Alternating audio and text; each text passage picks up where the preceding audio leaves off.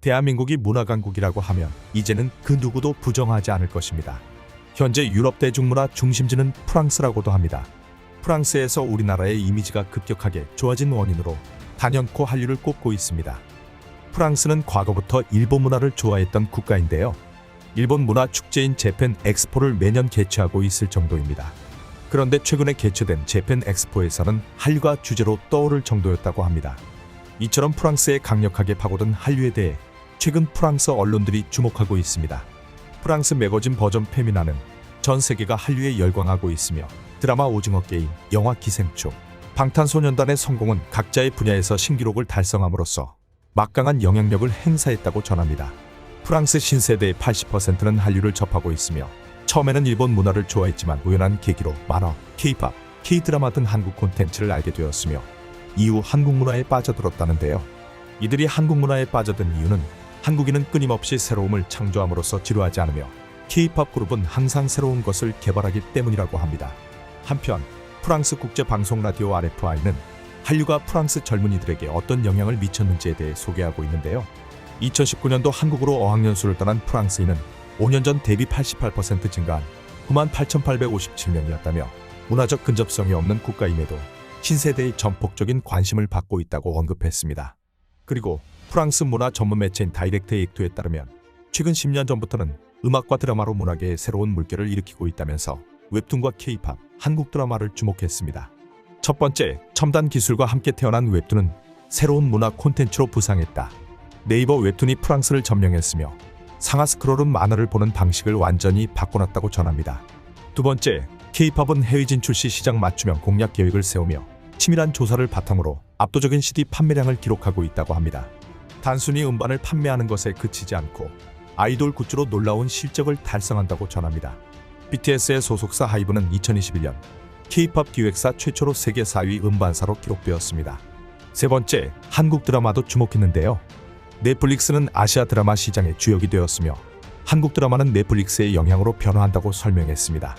한편 극중 인물이 먹는 음식을 보여주는 장면이 등장함에 따라 한국 요리는 점차 인기를 얻었다면서 일례로 프랑스 내 한국 식당 수는 한류의 영향으로 10배 이상 증가하며 이를 증명한다고 밝혔습니다. 또 다른 매체인 네제코는 프랑스와 한국 간 거리가 9,000km가 떨어져 있음에도 불구하고 한국은 세계에서 가장 강력한 소프트 파워 중 하나로 프랑스에 소개되고 있다며 프랑스 내에 확산되는 한류 파워에 대해 소개하고 있습니다. 2000년대까지 50여 년간 이어져 왔던 한국전쟁, 남북분단에 대한 부정적 이미지를 잊혀지게 하는 1등 공신으로 한류를 지목했는데요. 한류를 통해 전쟁의 이미지를 평화의 이미지로 완전히 바꿨다는 분석입니다. 한류가 어느 정도로 전 세계에 파고들었는지는 숫자로 확인할 수 있습니다. 첫째, 2022년 한국국제교류재단에 따르면 한국 문화의 팬 수가 2012년 930만 명에서 2021년 1억 5,700만 명으로 증가하여 한국 문화가 전 세계인들을 사로잡았음을 보여주고 있습니다. 둘째, 2022년 18개국 8,500여 명을 대상으로 한국하면 떠오르는 이미지를 묻는 질문에 가장 많이 받은 답변으로 K-팝이 1위를 기록했으며 K-푸드, K-드라마, K-스타, 그리고 기술이 각각 2에서 5위에 올라 있습니다.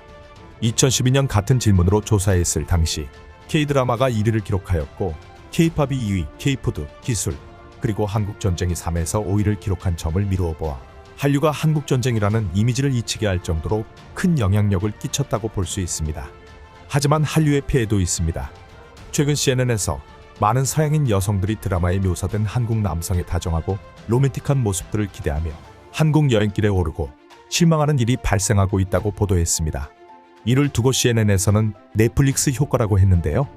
사랑의 불시착과 도깨비와 같은 한국의 인기 드라마 속 캐릭터에 묘사된 한국 남성의 모습에 매료된 이들이 사랑을 찾아 한국 여행길에 올랐다는 것입니다. 정부 발표 자료에 따르면 2005년 한국을 찾은 여성 관광객은 230만 명으로 남성 관광객 290만 명보다 적었습니다. 하지만 2019년까지 남성 관광객은 670만 명을 기록한 반면 여성 관광객 수는 1,000만 명으로 4배 이상 늘었습니다. 그런데 드라마와 다른 실제 한국 남성의 모습에 실망했다는 모습도 보이는데요. 모로코 출신 학생은 밤거리에서 자신의 몸을 더듬고 가볍게 대하는 한국 남성들의 모습에 충격을 받았다고 전했습니다. CNN 보도는 중국에도 소개되었는데요.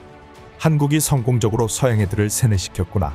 그래도 한국은 스타를 잘 만들어 여자들에게 환상을 심어주는 건 잘하는데 중국 남자는 다 겁쟁이야. 멍청한 애들은 국경이 없네. 한국 드라마 보는 애들이 IQ가 낮다는 게 사실인가 봐. 이런 일이 있다는 게 믿어지지가 않네. 끝으로 소프트 파워와 글로벌 문화라는 책에서는 한국의 소프트 파워를 강조하고 있습니다.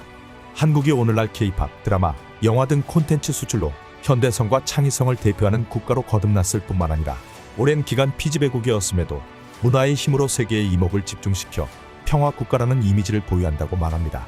대한민국의 문화 콘텐츠가 더욱더 번창하길 기원합니다. 구독과 좋아요는 영상 제작에 큰 힘이 됩니다. 오늘도 시청해주셔서 감사합니다.